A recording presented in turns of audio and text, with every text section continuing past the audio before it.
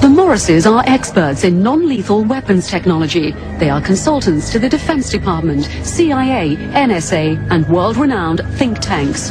The technology necessary to project three-dimensional images to a point in space requires no new breakthroughs in science. We have the technology now. Overall, the non-lethal weapons development program is aimed at giving our military options between talking and shooting. Specific system development we really can't talk about. But the Morrises did talk in general about secret military experiments with lifelike 3D projections in the sky called holograms. Holograms on a battlefield would be to divert the attention of the enemy, to deliver propaganda or something very frightening to make the enemy run away if you think that he will believe that what you're sending is really an angel, a devil,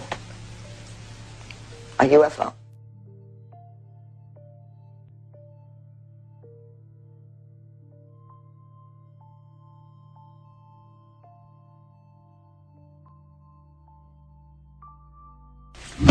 And where could this type of weaponry be tested?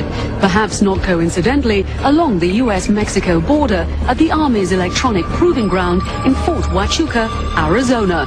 Keep in mind that test facilities like Fort Huachuca in Arizona are electrical optical test beds, and part of what they're testing are the effects of these electro-optical devices on a target population. And the target population may be us. America has to test American equipment in America.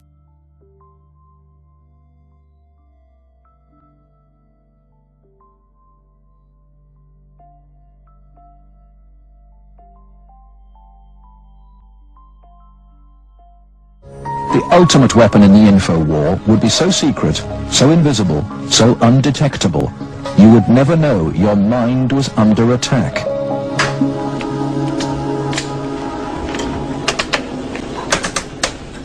At Laurentian University in Ontario, Canada, a young student is about to undergo one of the strangest experiences of her life. They're hooking Denise's brain up to an electroencephalograph, or EEG machine. For 30 to 40 minutes, this will monitor her brainwaves, while these electric coils attached on either side of her head will immerse her brain in an electromagnetic field. Her brain actually completes the circuit between the two coils. The field pulsing through her brain is less powerful than one given off by a digital clock radio, but acutely controlled and focused at specific parts of the brain, it will open Denise's mind to outside suggestion by this man. What I do is switch to see if it's right or left hemisphere. Use your frontal temporal. Dr. Michael Persinger is a professor of psychology and neuroscience. He is designing ways to put the power of mind control to good use. Dr. Persinger's research focuses on brain trauma, and he uses carefully controlled doses of electromagnetic radiation to induce relaxation and alleviate pain. So what Sandra did was to initiate a opiate releasing pattern. That's a burst firing field that was stimulated once every 4 seconds. And that produces relaxation and a very pleasant sensation. Similarly, using the appropriate field, we can induce fear and apprehension, but clearly that would be unethical in that setting. Dr. Persinger's tests suggest that carefully programmed electromagnetic frequencies can tap into individual brains and influence people's emotions. The cognitive processes of the human brain are really quite simple. And if you understand how they work, you can make entire populations think and decide the manner in which you wish. Many experts are skeptical of such an Orwellian scenario, but Persinger thinks the implications are chillingly real. Suppose you generate a field that produces fear, fundamental fear, in large numbers of people. And then, over the television, more traditional way, as you say, the reason we're having this fear is because of this particular group. And now you start to move the population believing in a direction that you wish. To influence 250 million people, the equivalent of the entire population of the United States, may not be that difficult. According to Dr. Persinger, we already have the technology, satellites and television and radio transmitters. Mind control may already be happening. We know the mysterious PSYOPs plane can beam persuasive sounds and pictures into people's television sets. Will it someday beam disturbing frequencies directly into the mind? Mind control will be the ultimate non-lethal weapon.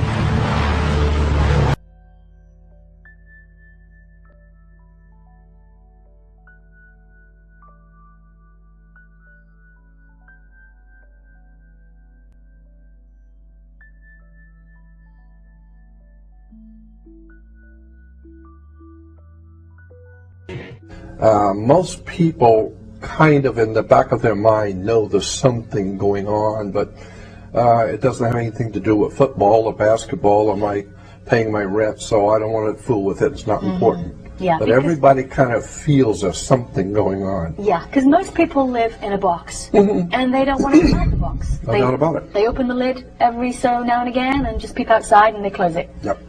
Do you think the governments are going to let us know at some point? I think, I'll tell you what, again, it's just my opinion. Norio Hayakawa is a very good friend of mine. He's rather famous in the speaking circuit. And he's always talking about how he believes that the government is going to stage some kind of a UFO landing, is going to frighten everybody, and all the nations will come together and collectively come together as a trick. Like a War of the Worlds? Yeah, like a War of the Worlds. Right. And it's all going to be a trick, he thinks. Right. It's all going to be planned.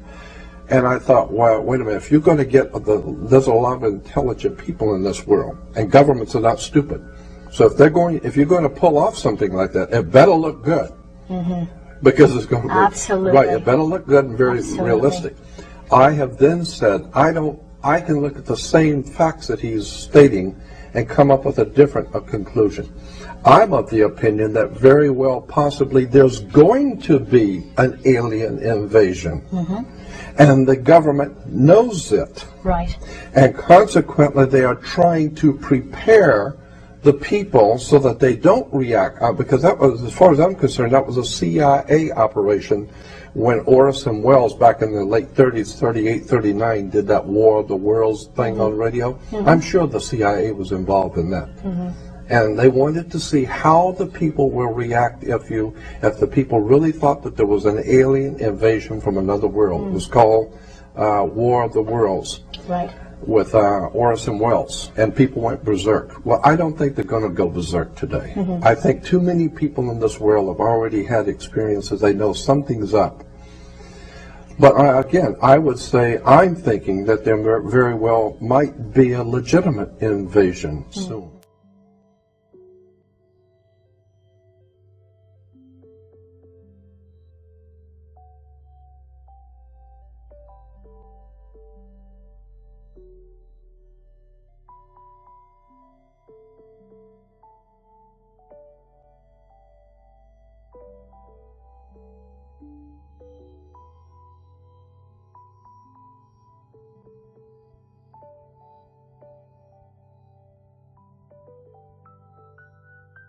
Project Blue Beam is a top-secret operation of the National Aeronautics and Space Administration, also known as NASA, of the United States of America.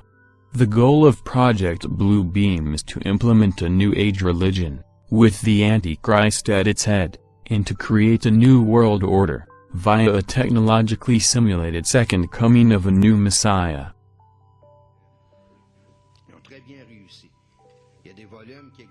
The allegations were presented in 1994 by Quebecois journalist and conspiracy theorist Serge Monast, and later published in his book Project Blue Beam, NASA.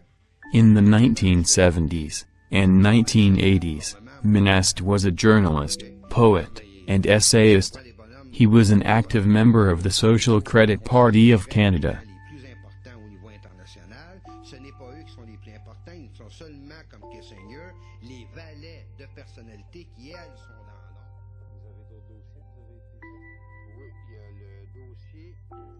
In the early 1990s, he started writing on the theme of a new world order, and conspiracies hatched by secret societies, being particularly inspired by the works of William Guy Carr.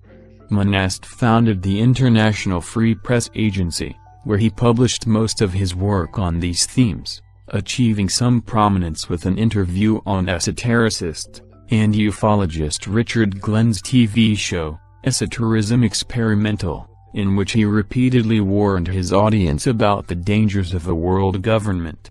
He was interviewed by Glenn a number of times up to 1996. In 1994, he published Project Blue Beam, NASA, in which he detailed his claim that NASA, with the help of the United Nations, was attempting to implement a New Age religion, with the Antichrist at its head, and start a new world order, via a technologically simulated second coming of Christ. He also gave talks on this topic.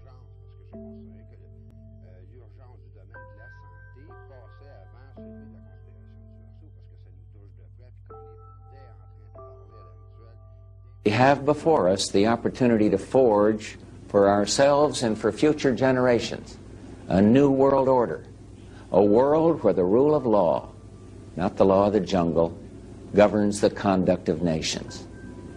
When we are successful, and we will be, we have a real chance at this new world order, an order in which a credible United Nations can use its peacekeeping role to fulfill the promise and vision of the UN's founders. After 1989, President Bush said, and it's a phrase that I often use myself, that we needed a new world order.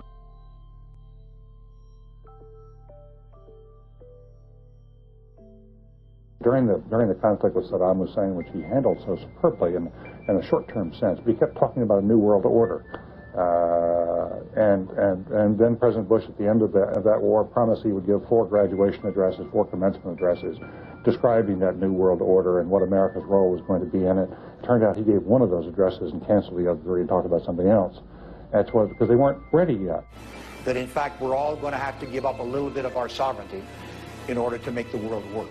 And this present window of opportunity, during which a truly peaceful and interdependent world order might be built, will not be here for too long.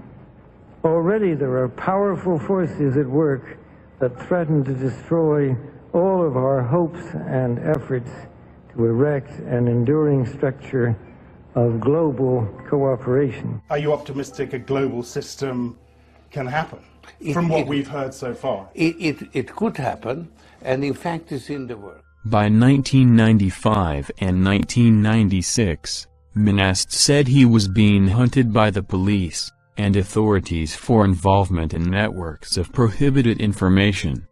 He had homeschooled his 2 children, who were then taken away, and made wards of the state in September 1996 so that they would receive a public education. Serge Monast died of a heart attack in his home in December 1996, at the age of 51, the day after being arrested, and spending a night in jail. His followers claim his death was suspicious, suggesting he was assassinated by psychotronic weapons to keep from continuing his investigations.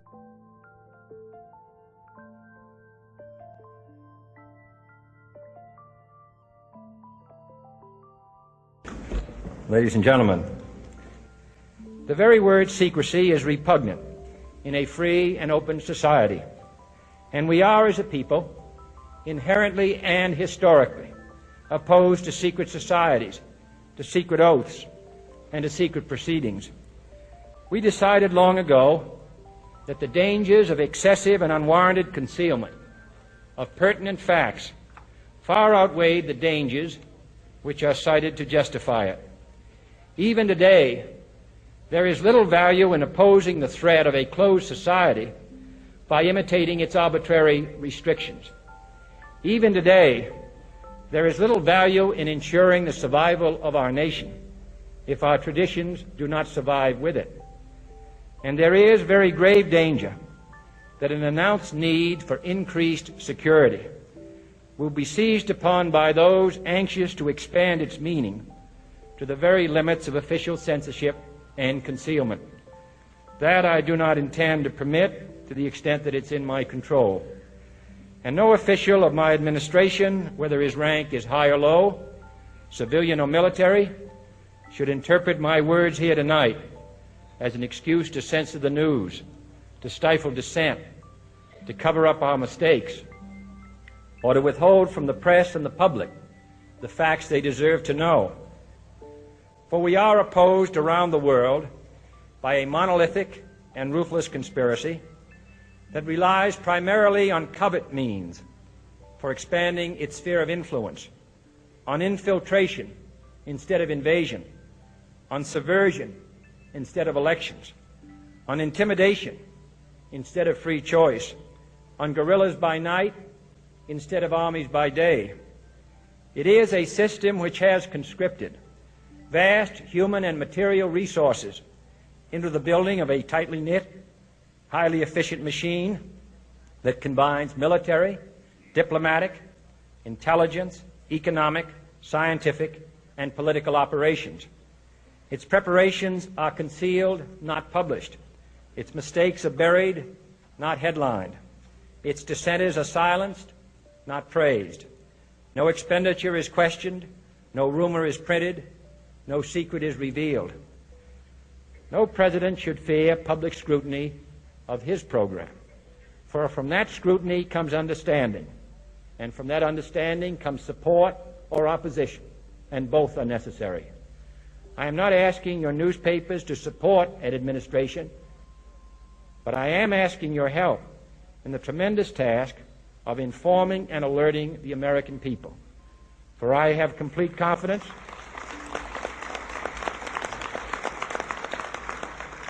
in the response and dedication of our citizens whenever they are fully informed. I not only could not stifle controversy among your readers, I welcome it. This administration intends to be candid about its errors. For as a wise man once said, an error doesn't become a mistake until you refuse to correct it. We intend to accept full responsibility for our errors, and we expect you to point them out when we miss them. Without debate, without criticism, no administration and no country can succeed, and no republic can survive. That is why the Athenian lawmaker Solon decreed it a crime for any citizen to shrink from controversy. And that is why our press was protected by the First Amendment, the only business in America specifically protected by the Constitution, not primarily to amuse and entertain, not to emphasize the trivial and the sentimental, not to simply give the public what it wants, but to inform, to arouse, to reflect, to state our dangers and our opportunities, to indicate our crises and our choices, to lead, mold, educate, and sometimes even anger public opinion. This means greater coverage and analysis of international news, for it is no longer far away and foreign, but close at hand and local. It means greater attention to improved understanding of the news, as well as improved transmission. And it means, finally, that government at all levels must meet its obligation to provide you with the fullest possible information outside the narrowest limits of national security. And so it is to the printing press, to the recorder of man's deeds, the keeper of his conscience, the courier of his news, that we look for strength and assistance, confident that with your help, man will be what he was born to be, free and independent. The Project Bluebeam operation has 4 different steps in order to implement the New Age religion, with the Antichrist at its head. The New Age religion is the very foundation for the New World government. Without a universal belief in the New Age religion, the success of the New World Order will be impossible to implement.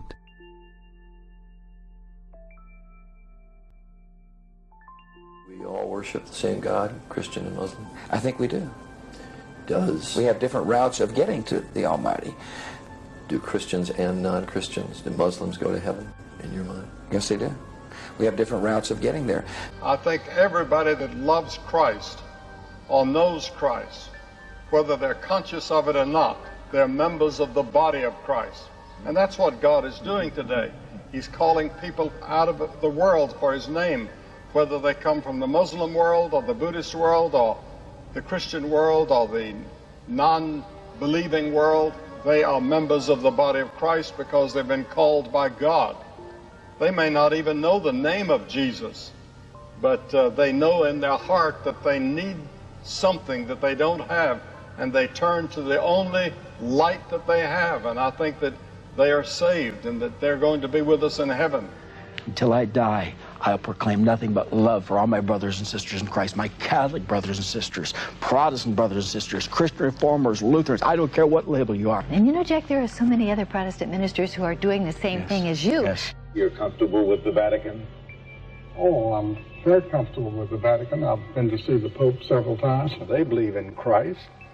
They believe in the death of Christ on the cross and his resurrection. I feel that I belong to all the churches. I'm equal at home in an Anglican or a Baptist church or a Brethren Assembly or a Roman Catholic church. You know what? We don't all have the same views, and I realize Mormonism is not traditional Christianity, but I'm probably a little broader and more open in the fact that when somebody loves Jesus and believes they're the Son of God, that's good for me. Robert McGinnis with the Family Research Council says it appears the hidden agenda is to unite people under one religious organization so they will peacefully accept UN goals such as population control, abortion rights, and one world government. The Blue Beam Project will pretend to be the universal fulfillment of the prophecies of old, as major an event as that which took place 2,000 years ago.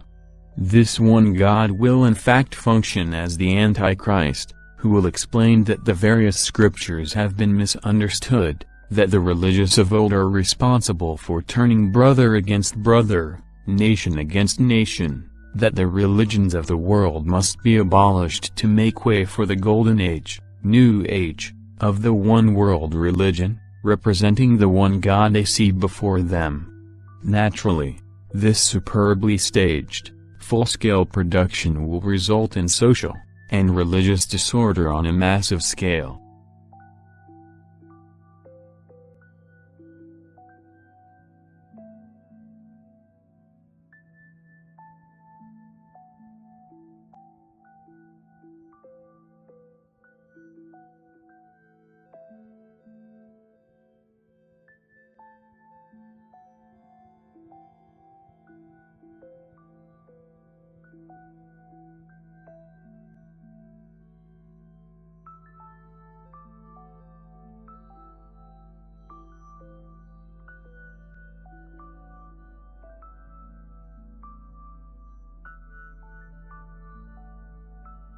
Well, archaeologists in southern Israel making a major discovery, shedding new light on biblical history, uncovering a 3,000-year-old metropolis once inhabited by the Philistines.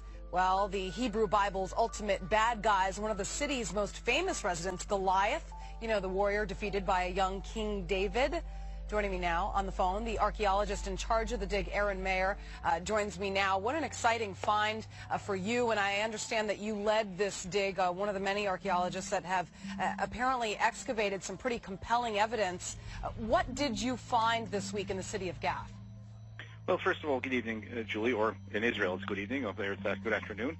We've been excavating at this site for more than 15 years, and we just started our 15th season, and we have about 100 and something people from all over the world, and we found a lot of evidence of a very thriving and interesting culture. And when you read the biblical text and you sort of get the picture of the Philistines being the ultimate enemy of the Israelites, you sort of get an impression that they're just a barbarian culture, and in fact, they're very much of a sophisticated culture. And I would say even that at certain times they're even more sophisticated than the Israelites. It's interesting, you know, on the Happening Now homepage, we posted a quiz question. Who were the Bible's bad guys, as we're calling them today? The Greeks, the Philistines, the Koreans, the Huns, the Jordanians? As we now know, the answer is the Philistines. And you were talking about shedding some light on the culture of the Philistines, who are the, of course, arch enemies of the Israelites. What is it about what you found that proves or disproves that theory? Well, I think, first of all, we know a lot about the Philistines from the biblical text, but that, of course, is a text that's, you know, has its own agendas. You know, it's a religious, ideological text written by the Israelites, so they clearly would view their enemies in a very specific, subjective manner. So what we can provide here is to have a view of daily life of the Philistines and sort of understand what's behind the descriptions of the Philistines in the biblical text. So, for example, the biblical text alludes to the fact that they come from somewhere outside the region, and we can show very clearly that the Philistines in fact derived from somewhere near ancient Greece. We hear of Philistines with names that are non-Semitic, such as Goliath, such as Achish, and others.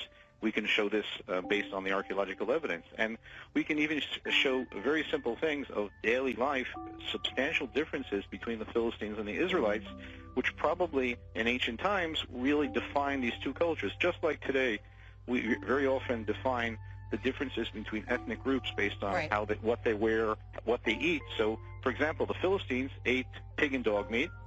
The Israelites wouldn't touch that. So this is probably things that were very substantial. And when you look at stories of, like, Samson fighting against the Philistines, but he didn't only fight against them. He also married a couple of them. So there's a very intricate relationship between the Philistines and the Israelites. And it still is. Aaron Mayer, thank you very, very much. We appreciate you coming on. We're going to take a...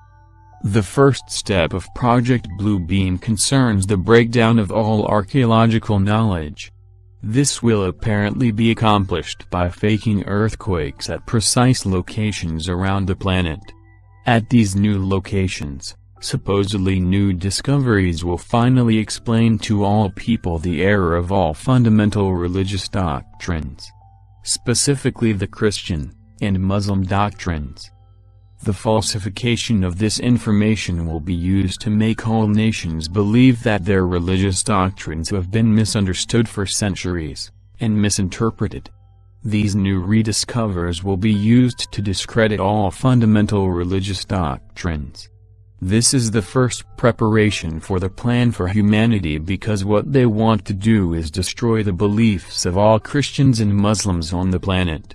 To do that, they need some false proof from the far past that will prove to all nations that their religions have all been misinterpreted and misunderstood. All right, it is great to have you along for breakfast this morning. Our next guest, Lloyd Pye, is the caretaker of what's referred to as the Star Child skull, an unusually shaped skull found in Mexico. Now, he's in the country in New Zealand this week raising money to research the skull's origins, which he believes could be alien. Lloyd Pye is with me. Good morning to you. Thank you. And welcome to New Zealand. Good to be here. We've got a couple of skulls here, and we only have a few minutes, and you've spent how many years on this project? 11th year. 11th year. Right. We only have a few minutes. These are model skulls. This is the skull of a slightly smaller than usual normal human being. Right. And this is an exact replica of the skull that was found in Mexico in, what, 1930? Right, exactly. All right. Well, the differences are that the bone in this one is half as thick as it should be. If you're welcome to pick them up and feel. The difference in weight is striking. Substantial. Exactly. Yeah, if you hold that one, you'll see. Yeah, that's very, very light. Right. And yet, it has been deemed to be twice as strong as average bone. Right. It's got some fibers woven through it, Paul, that is like no other bone in the world. There's no other bone we know of that has these fibers woven through, and those add strength to it. Another thing that does is the bone itself is more like tooth enamel than bone. It's much harder than average bone due to its chemistry. So that's one of just many things that are very, very unusual about this skull. As we were saying, it weighs half as much, the bone is half as thick, it's two or three times as hard. If you look around here at the rear, one of the most important differences is this area right here is, as you can see and feel, is a dent. We all have a knot at the rear of our heads. Yes. Everybody has that. And that's human, monkey, chimp. Every animal that's got a head attached to a neck has this.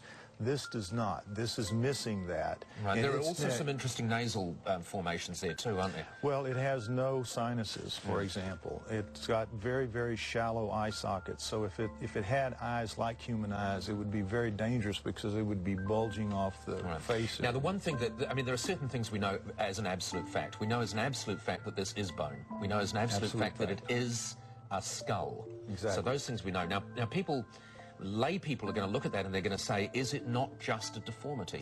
We've had experts of various kinds look at it in great detail, and they can't come up with a deformity that would cause all these things to change about it. It's chemistry, put fibers in the bone, give it such an increased brain capacity, take away its sinuses. When you add up all the things that are different about it, there's no deformity known that makes it that way. Plus, we have the fact of a DNA test that was run already that's established that its mother was human and its father was not. We don't know what his father was. From preliminary DNA tests, because obviously you want to raise some more money to do much more in-depth DNA tests, because you would like from that to construct an entire skeleton, effectively.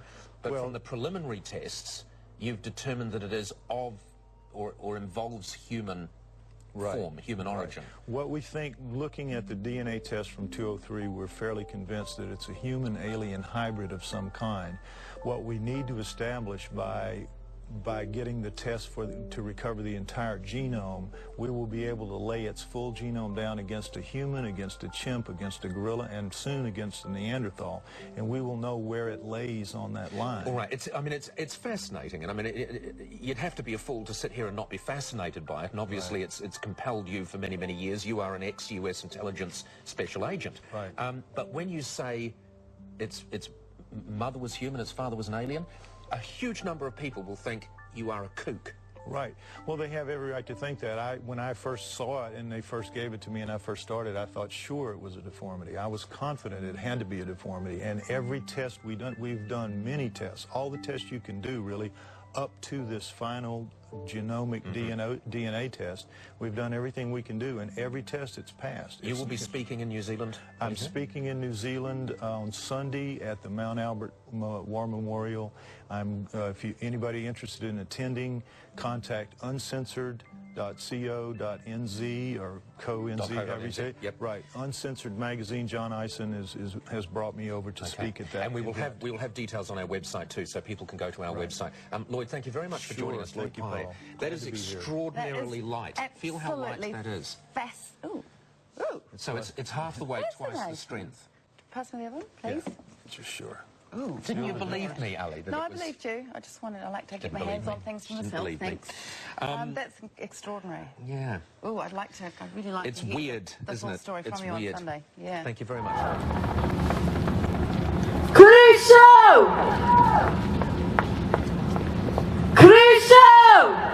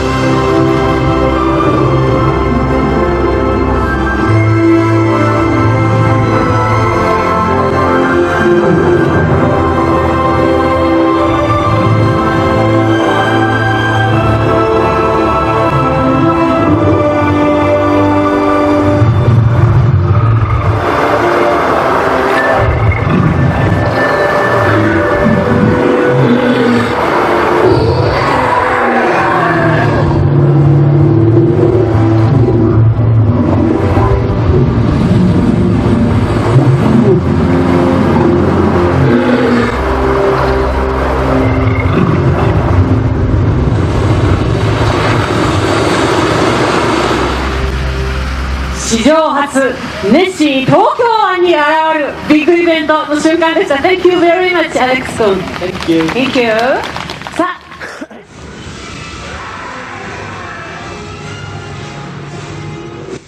ネス湖に消えたと言われるあのネッシーがなぜか東京湾に出現。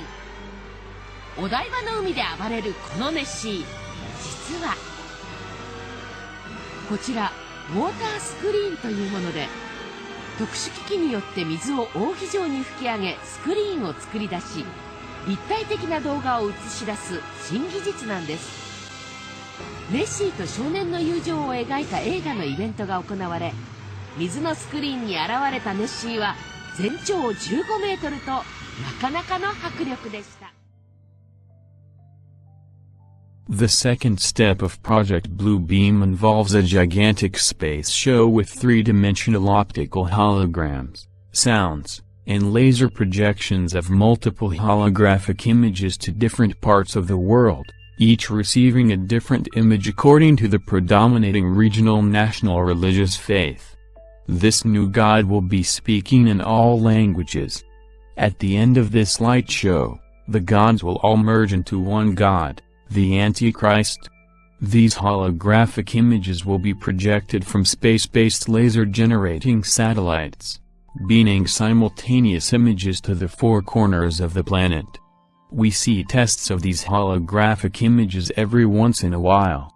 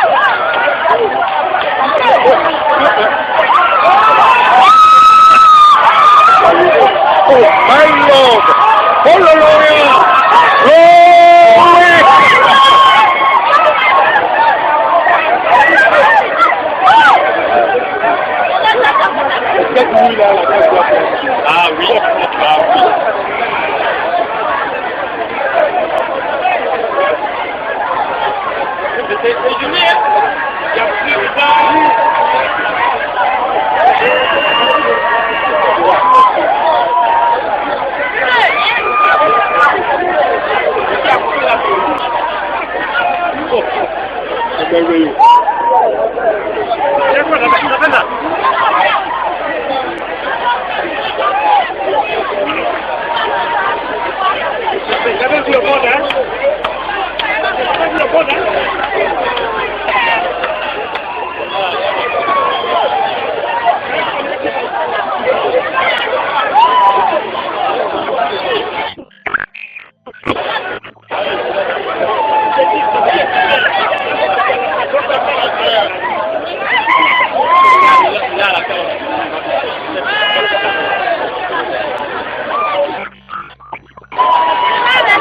Monsieur Philippe, non, c'est vrai que non, Dieu, il s'est levé de côté. C'est le seul à faire, Alléluia!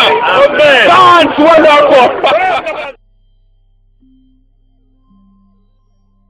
The result of these deliberately staged events will be to show the world a new Christ, the new Messiah, Matria, for the immediate implementation of the New World religion.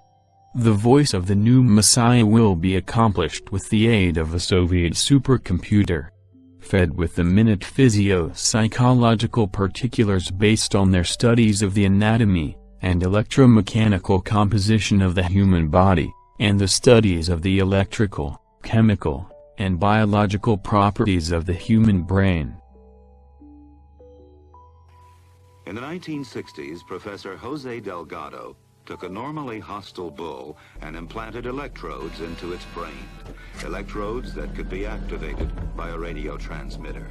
His objective was to see if stimulation of the bull's midbrain could short-circuit the rage signals, stopping the bull before it reached the matador. After the bull had recovered from the implantation and in mid-charge, the button was pressed. The bull's aggression ceased instantly. A clearer experiment was performed with cats. In this classic example, the hypothalamus, the rhythm maker, was implanted with electrodes. Could it be responsible not just for rhythms, but also for rage? The switch is turned.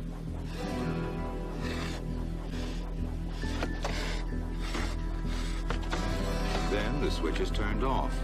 So indeed, the hypothalamus does control certain types of aggression.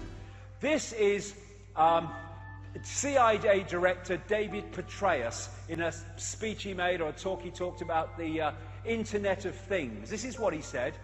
Items of interest will be located, identified, monitored, and remotely controlled through technologies such as radio frequency identification, microchips, sensor networks, tiny embedded servers, and energy harvesters, all connected to the next generation of internet using abundant, low-cost and high-power computing that would transform the art of spying and allow people to be monitored and automatically without planting bugs or direct infiltration. He said that this involved new technologies which added processors and web connections to previously home appliances like fridges, ovens, lighting systems. Remember that for a second. This is known as the Internet of Things. Petraeus has confirmed that people would be watched through televisions. These are Orwell's screens. So the idea of the smart meters is to create this energetic environment, this information environment, which is delivering information about you to the authorities and delivering information from the authorities at the subconscious level to speak to you. The smart grid is watching you. And the idea then is to connect these grids in different countries into a global grid. They talk about it in their documents. These computers were fed, as well, with the languages of all human cultures, and their meanings. The dialects of all cultures have been fed into the computers from satellite transmissions. The Soviets began to feed the computers with objective programs like the ones of the new Messiah. It also seems that the Soviets, the New World Order people, have resorted to suicidal methods with the human society by allocating electronic wavelengths for every person, and every society, and culture to induce suicidal thoughts if the person doesn't comply with the dictates of the New World Order. Deadly and dedicated. In this note from White's diaries, it says, "Call Lovell regarding TD." TD was a rather transparent cover for Truth Drug. George White worked with the Truth Drug Committee here at St. Elizabeth's Hospital in the nation's capital. They experimented with mescaline, scopolamine, and marijuana on unwitting victims. The committee soon learned there was no easy panacea, no truth drug at this stage. But White and later colleagues would not stop trying. The goal remained the same.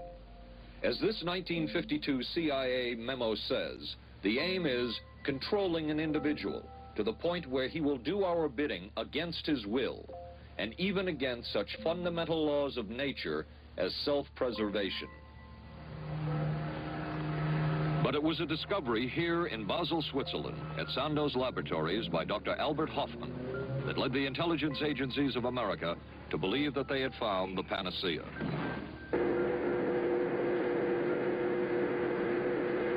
The discovery was lysergic acid diethylamide, LSD.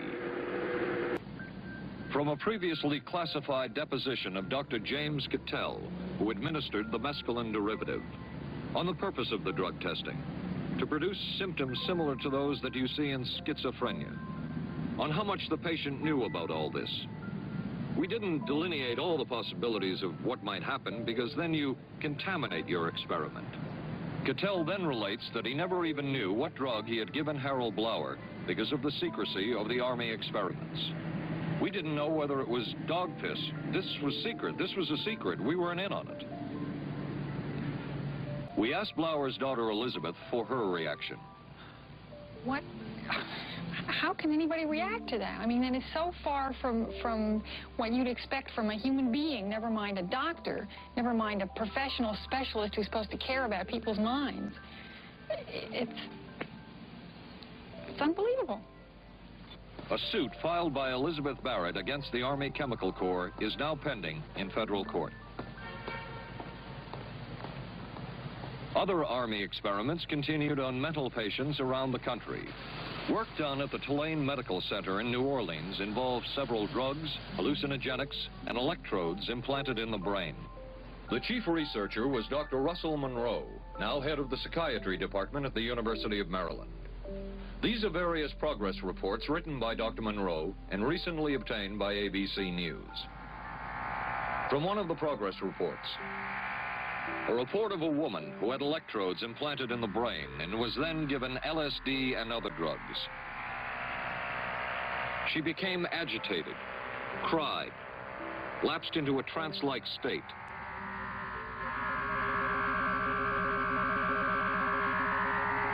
Felt as if she were about to have a convulsion, experienced waves of darkness and light,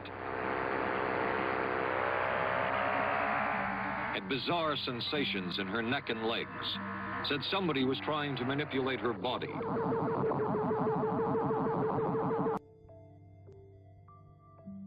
The third step of Project Blue Beam deals with telepathic electronic two-way communication, where ELF, extra low frequency, VLF, very low frequency, and LF, low frequency, waves will reach each person from within his or her own mind, convincing each of them that their own God is speaking to them from the very depths of their own soul.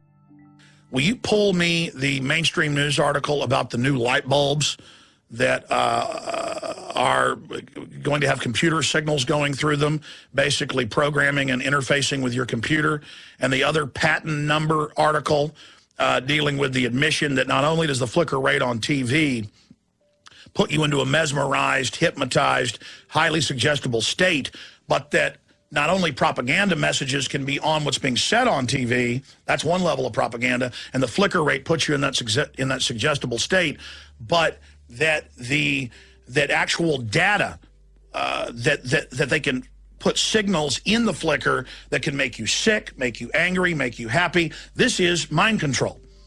you know, 100 years ago, how would a hypnotist hypnotize you? You know, they do it by having you watch a flashing light or a watch. Well, this is 21st century versions of that. You know, watch the watch, listen to me, do what I say.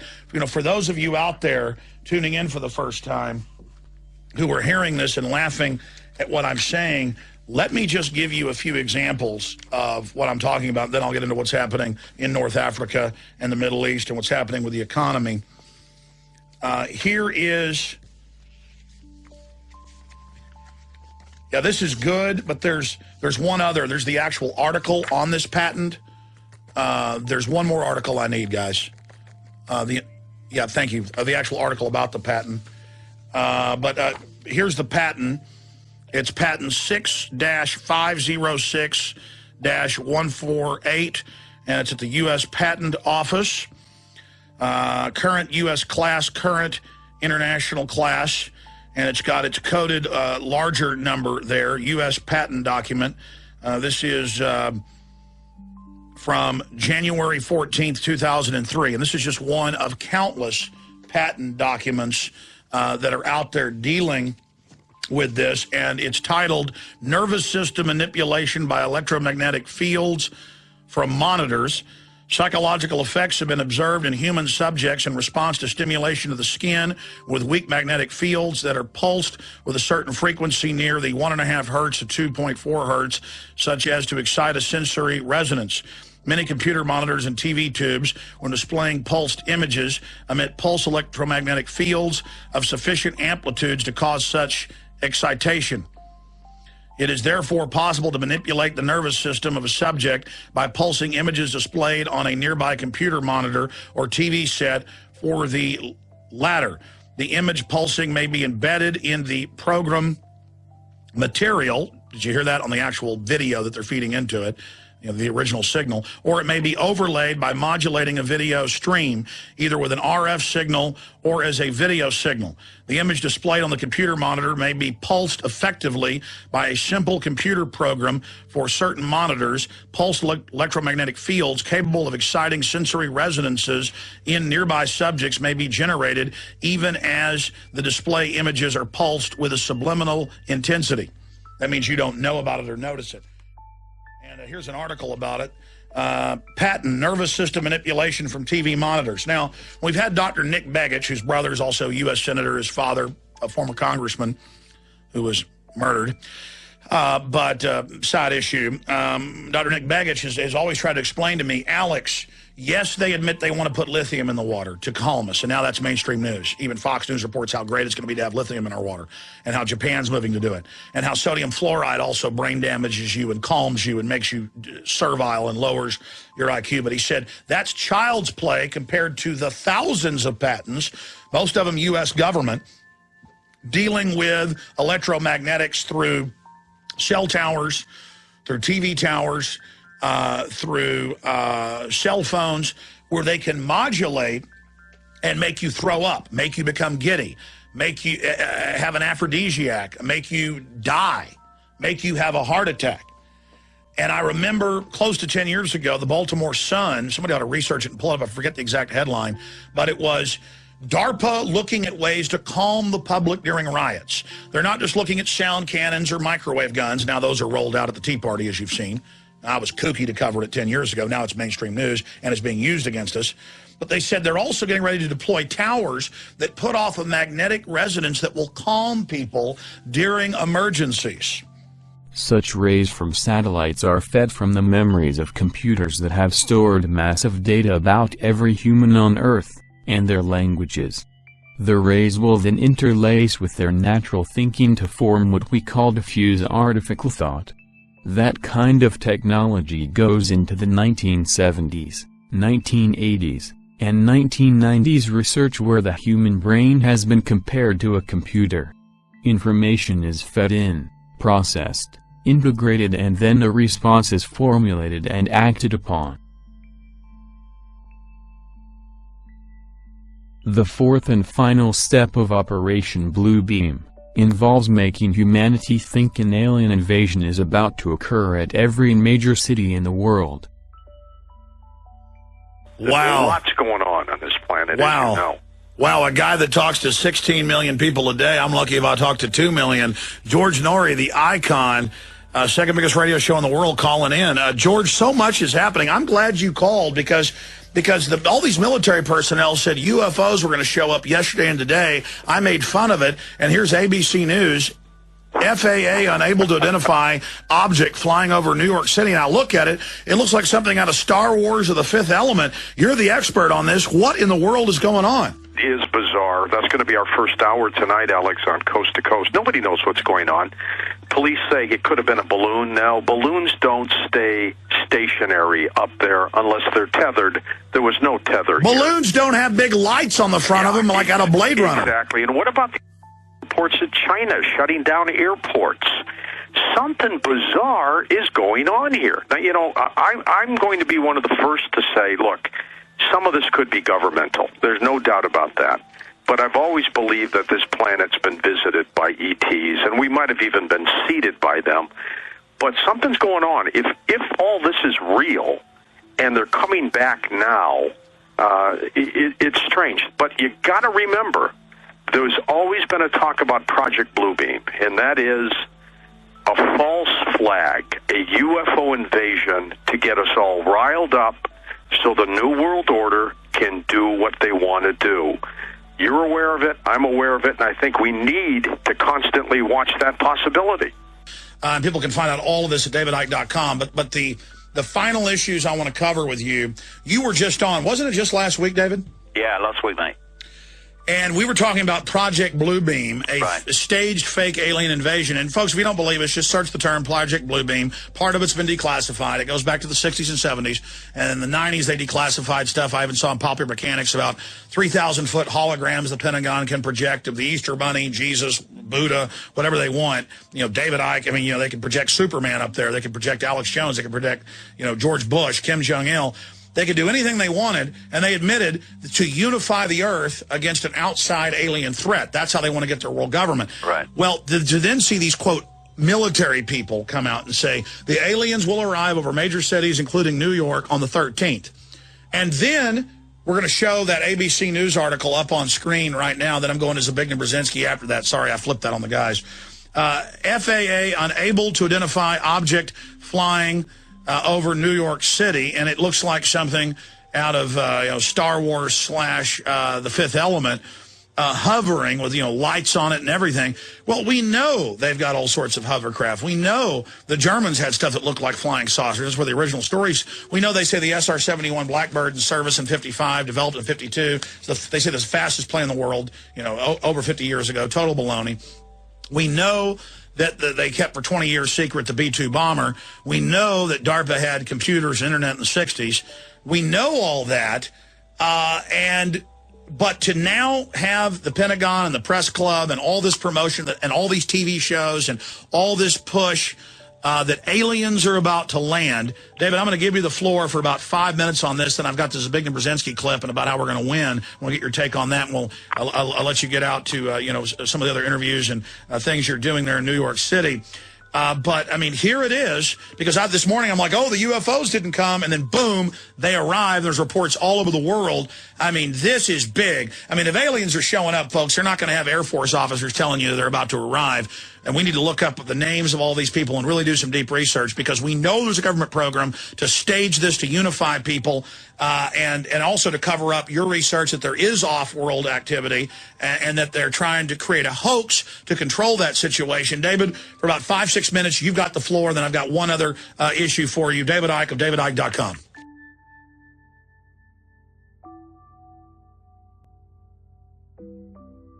Slowly over time, the New World Order has been trying to convince the masses through conditioning that aliens are real, and are visiting our planet. As part of the Iron Mountain Report, supposedly commissioned by the United States government in the early 1960s, a possible alien threat scenario was envisioned in this report as a means to uniting the masses together against an alien invasion. Slowly the masses have been exposed over time to the possibility of aliens inhabiting our universe.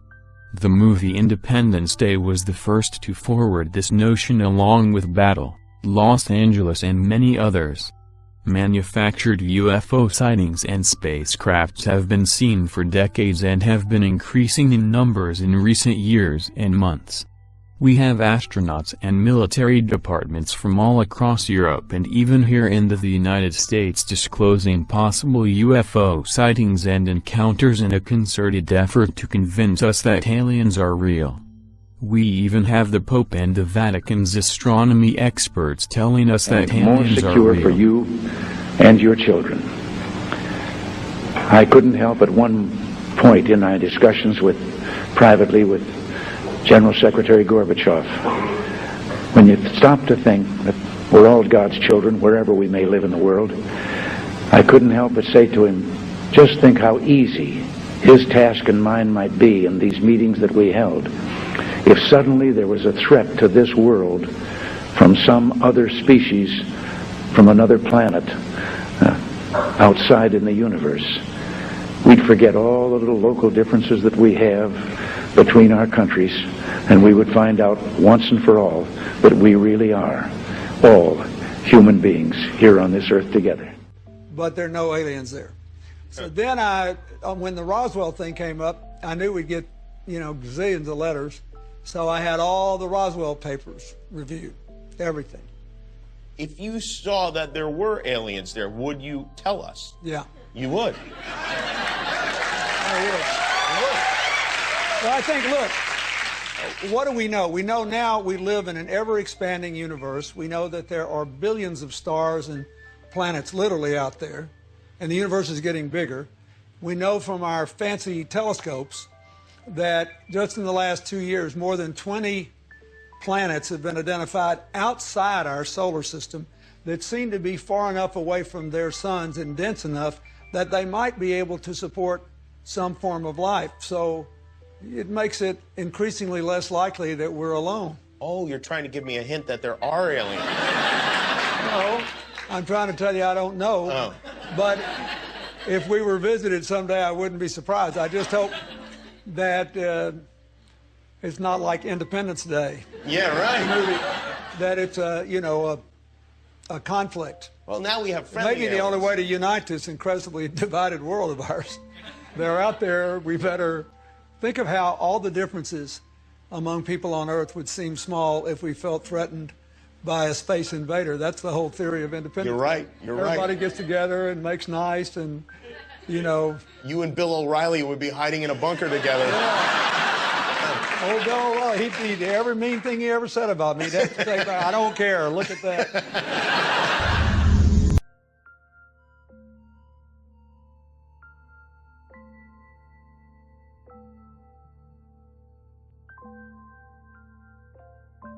American presidents, key politicians and connected insiders have publicly wondered about mankind's fate if the planet was attacked by alien forces without provocation. Would such an attack, such as the one depicted in the science fiction classic movie, Independence Day, result in a one-world government? In this final phase of the plan, it will be made clear to the people that an alien invasion is imminent and the consolidation of government, religion, military and economic institutions will be needed for mankind to survive. This false attack is a way to push each major nation into using its nuclear capability to strike back. In this manner, it would put each of these nations in a state of full disarmament before the United Nations takes over. The U.S. presidential motorcade arrives at the United Nations, passing the ever-present groups of demonstrators assembled on the other side of the road. A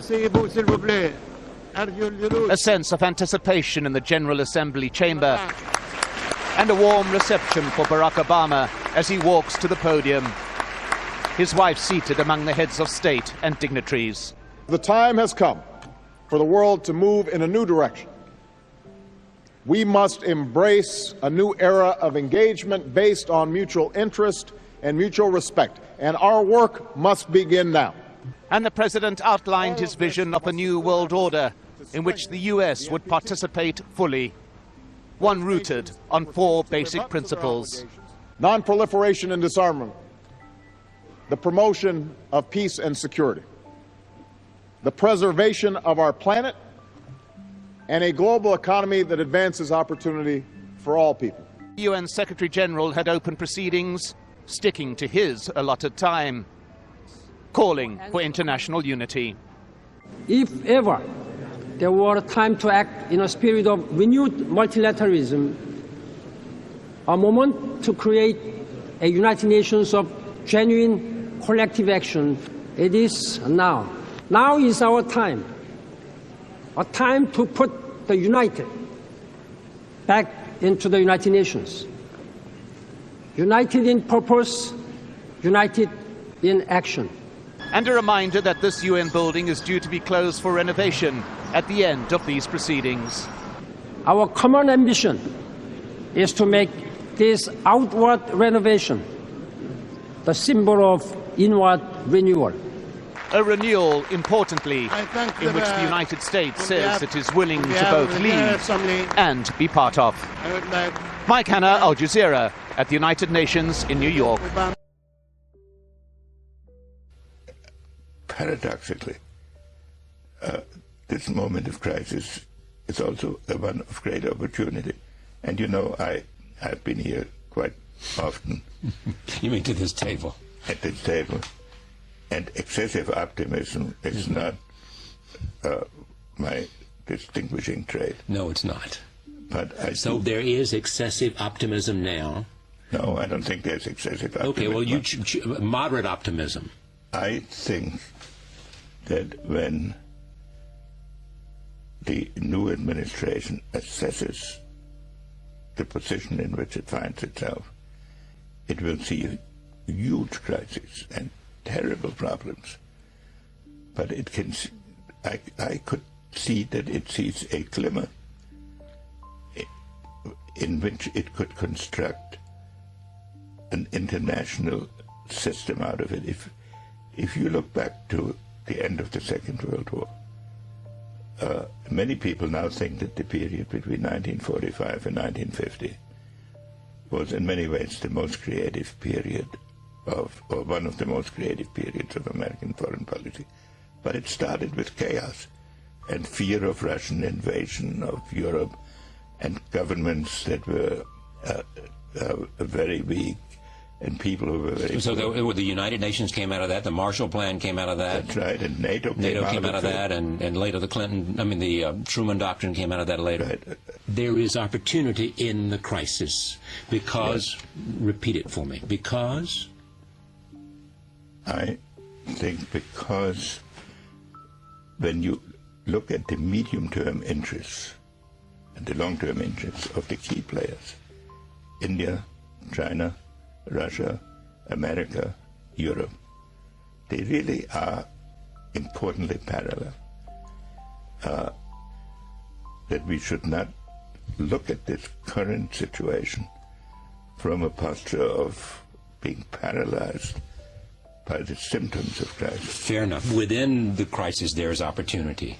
But when you talk about a new structure, I'm not sure you've used the term new world order. I mean, what is it? Is it simply a world order that's defined by new interest and new mutuality of interest? Well, that's certainly how you have to start. And I know the view that you start by converting the whole world to our political philosophy. I don't think that can be done in 1 or 2 terms of an administration. That's a historic process that has its own rhythm. Has it suffered a setback, A, because of Iraq, and B, because of the economic crisis? That's what suffered a setback. The idea of America leading and building a whole new consensus for a kind of... Look, there are so many problems in the world at this moment that can only be dealt with on a global basis. And that's unique. Proliferation. Environment. Environment. In some cases, global health. Right. So all of these issues necessitate a global approach. So you don't have to invent an international order. And so every country has to mitigate its pure national interest by the global necessities to some extent. Or define its natural interest or define its national by the interest, global necessities. But it cannot push its own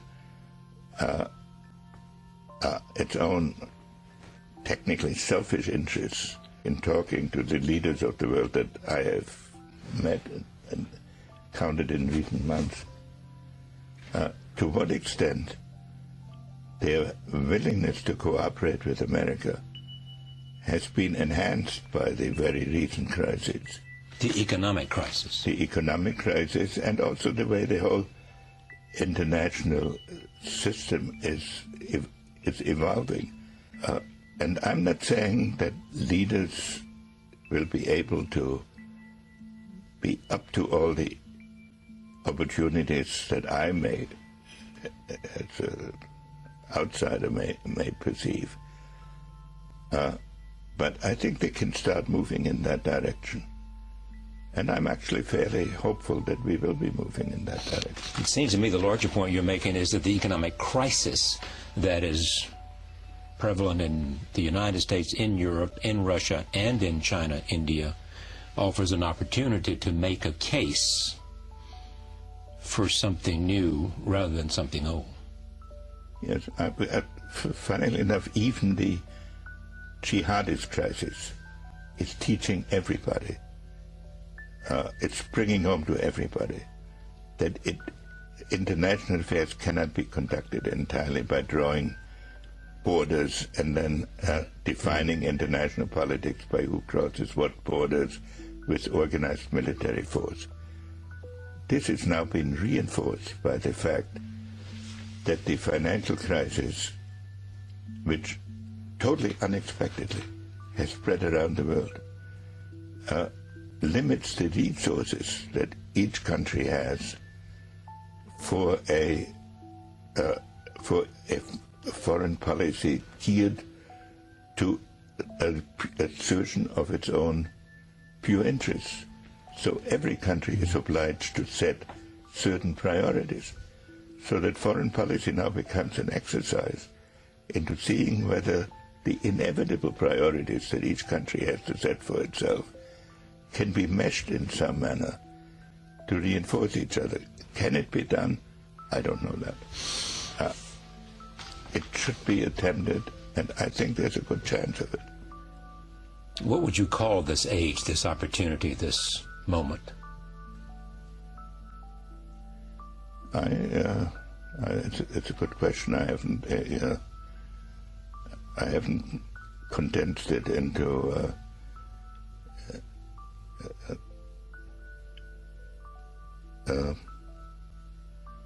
maybe the age of compatible interests. Pretty good. Thank you. Good to see you again. Great pleasure to be here. Henry Kissinger, back from Russia. Many questions about Russia we didn't get to, the relative power of Medvedev and Putin and all of that in terms of Russia and its internal questions as well. But this evening, a look at how the world might be.